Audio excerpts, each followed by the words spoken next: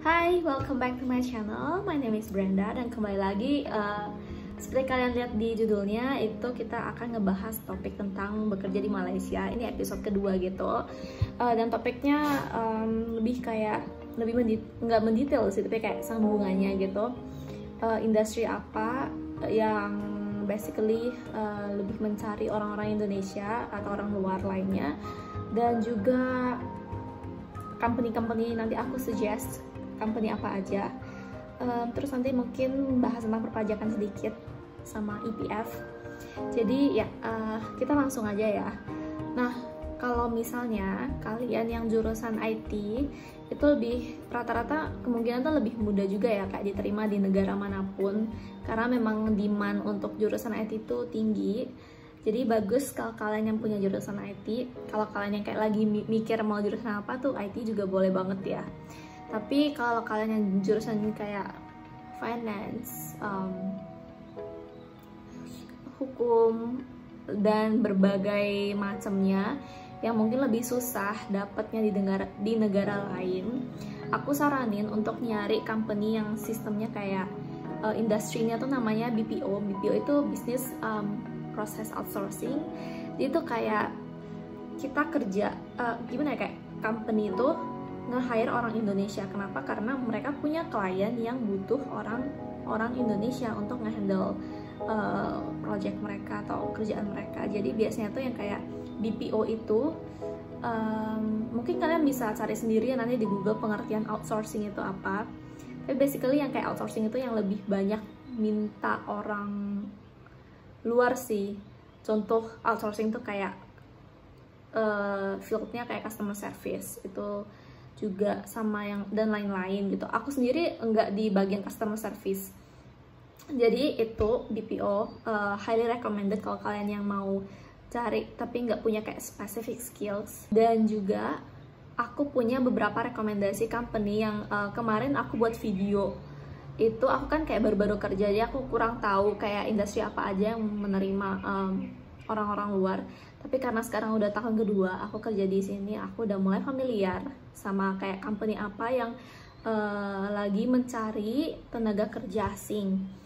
Jadi company-company yang aku tahu personally, tempat aku bekerja aku nggak mau disclose di YouTube karena mungkin terlalu public.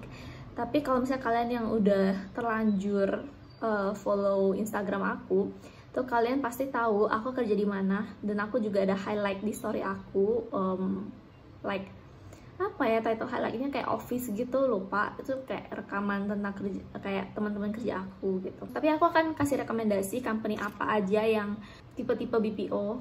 Jadi pertama itu Teledirect.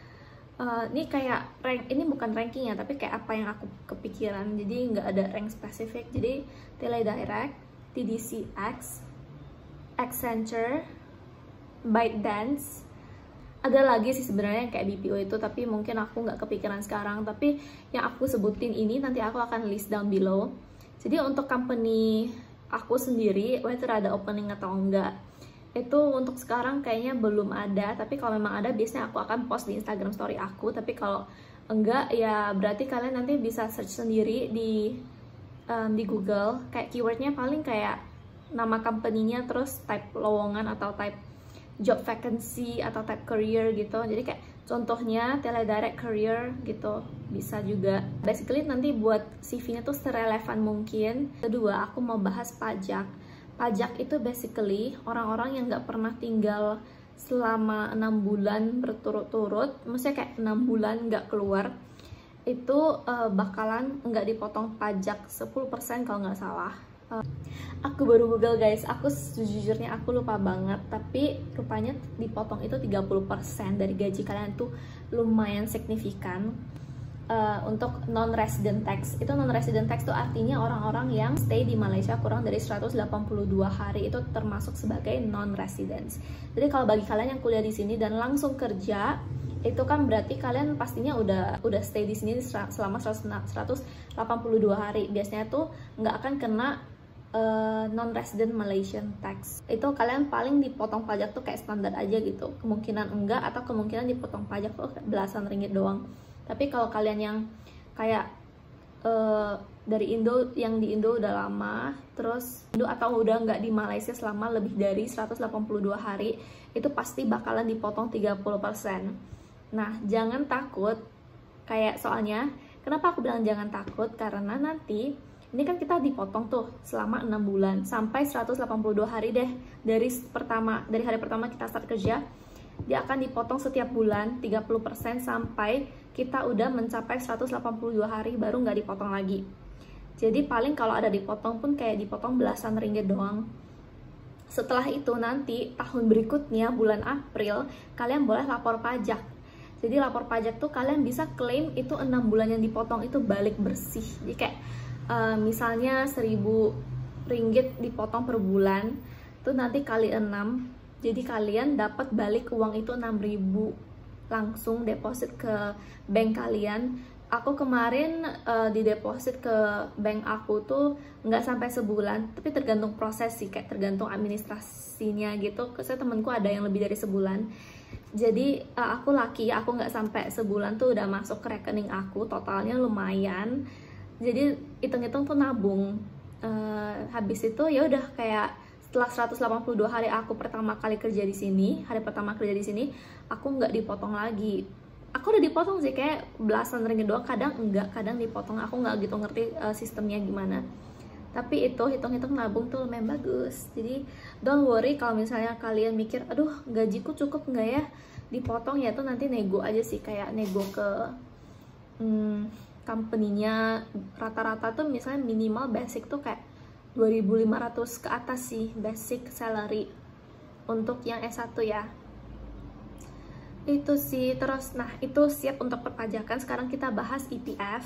EPF itu coba ya, Employees Provident Fund, itu kayak sejenis dana pensiun. Jadi ini wajib untuk orang Malaysia, tapi untuk orang luar negeri kayak kita itu nggak wajib. Kenapa? Nggak tahu, mungkin karena kita nggak akan pensiun di sini, jadi kayak nggak wajib. Tapi kalian boleh apply, itu optional. Aku sendiri apply, kenapa? Karena benefitnya banyak. Nggak banyak sih, kayak lumayan gitu. Jadi setiap gaji kita tuh dipotong dari sekitar 7% sampai 11% tiap bulan. Nah dipotong tuh dimasukin ke rekening EPF.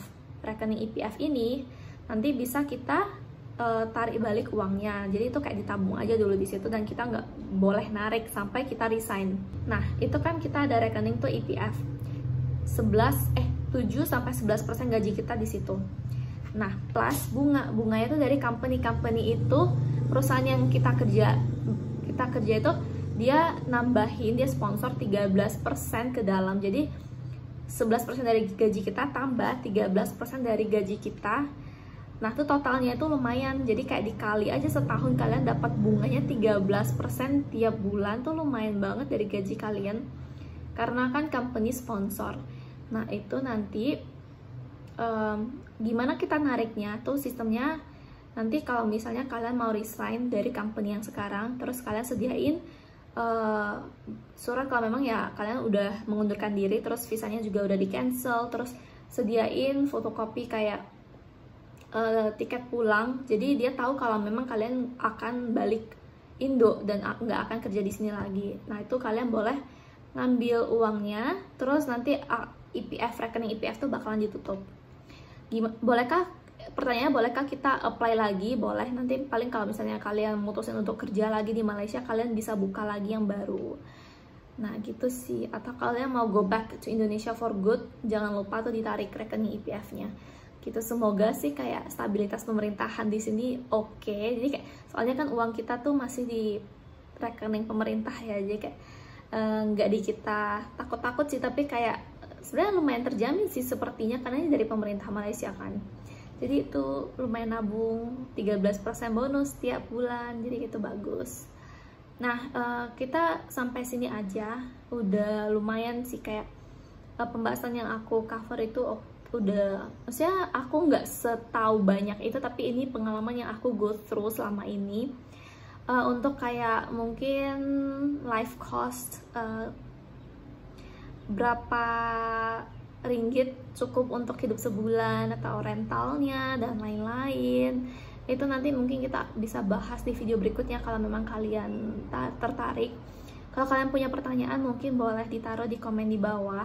Kalau bisa aku jawab singkat, maksudnya kalau jawabannya nggak perlu panjang-panjang, aku bisa langsung jawab. Tapi kalau misalnya jawabannya butuh pembahasan yang agak rinci, itu nanti aku harus buat videonya lagi gitu. Semoga membantu ya guys. Kalau memang ada pertanyaan, jangan malu-malu, komen aja, nanti akan aku balas. Aku baca semuanya kok. Tuh, good luck guys. Ini kayak masa pandemi ini juga memang ya lagi susah cari kerja, tapi ada kabar baik, soalnya ada beberapa perusahaan tuh mau rela bayar. Soalnya kan pemerintah Malaysia dia kan tutup border, nggak boleh orang Indo atau negara-negara lain tuh untuk masuk, karena apalagi orang Indo, karena negara Indonesia tuh COVID-19-nya lumayan banyak, lumayan tinggi, jadi dia nggak kasih kecuali orang yang punya visa kerja. Dan peraturannya tuh company harus bayar ke pemerintah Malaysia sebesar sekitar per kepala tuh kayak 4.000 sampai 5.000 ringgit. Nah, ada beberapa perusahaan yang rela membayar karena mereka lagi butuh orang, butuh pekerja gitu. Jadi jangan menyerah. Kalau misalnya kalian tertarik tuh boleh banget search di Google, di kayak website gitu yang lowongan pekerjaan gitu, atau di langsung website company-nya juga bisa. Terus sih semangat guys, jangan menyerah. Bye.